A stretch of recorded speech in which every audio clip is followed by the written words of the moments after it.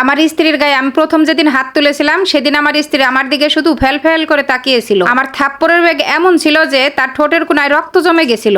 নিঃশব্দে তার চোখ থেকে পানি পড়ছিল। কোনো প্রতিবাদ সে করেনি। কিন্তু তার চোখের পানি দেখে আমি গলে যাইনি, বরং আরো কঠিন হয়েছিলাম।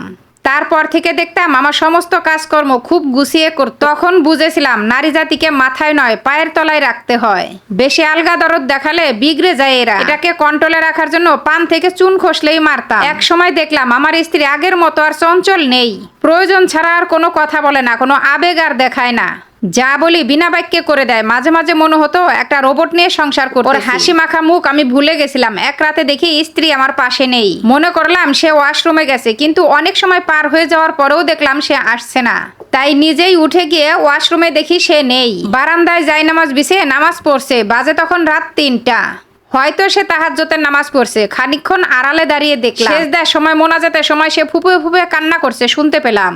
তার কান্না কখনোই আমার অন্তর অব্দি পৌঁছায়নি। আগে অল্প কিছু হলেই ফ্যাস ফ্যাস করে কান্না করতো, বড্ড বিরক্ত লাগতো। কিন্তু এই নামাজে কান্না দেখে কেমন জানি অন্তরে ভয় ঢুকে গেল। এই কান্না কেন জানি আমাকে হিম করে দিল, পাজরে আঘাত করছে এমন লাগলো।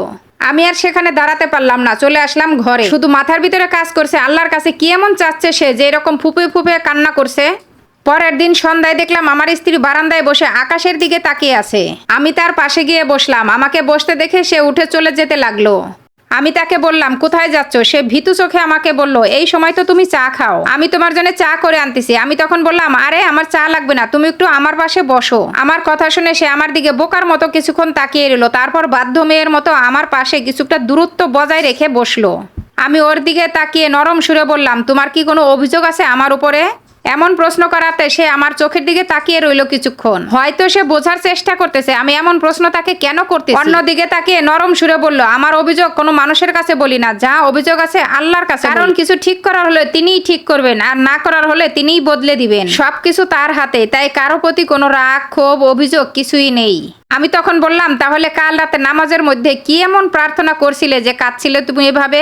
সে আমার দিকে তাকিয়ে নরম সুরে বলল, একটা সময় ছিল যখন তোমাকে নিয়ে সংসার করার জন্য আল্লাহর কাছে নামাজ পড়ে দোয়া করে করে কাঁদতাম প্রতিটা মোনাজাতে। এখনো নামাজ পড়ে আল্লাহর কাছে মোনাজাতে কেঁদে কেঁদে সেভাবেই চাই তোমার কাছ থেকে মুক্তি পেতে। স্ত্রীর সেই কথাটা শুনে সেদিন আমার কলিজা ছেদ করছিল।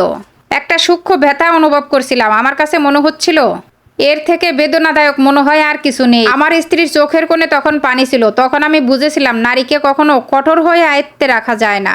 একটা নারীকে যত্ন করে ভালোবেসে আগলে রাখতে হয়। নারীকে আপনি যত ভালোবাসা দিবেন নারী আপনার ততই কাছের হবে। সব সময় আপনার জন্য মন প্রাণ দিয়ে দোয়া করবে।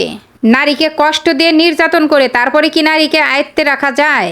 হয়তোবা কোনো নারী আপনার সাথে আস্তে আস্তে মানিয়ে নিয়ে সংসার করবে, আবার কেউ কেউ এখান থেকে মুক্তি পেতে চাইবে। তাই দিন শেষে বলি, নারীকে যদি আয়ত্তে রাখতে চাও তাহলে বেশি বেশি করে ভালোবাসে যত্ন করে রাখো। তাহলেই দেখবা নারী তোমার হাতের পুতুল হয়ে গেছে। নারীকে যেভাবে নাচাবা ঠিক সেভাবেই নাচবে। যাই হোক, আমার আজকের গল্পটা কেমন লাগলো অবশ্যই জানাবেন।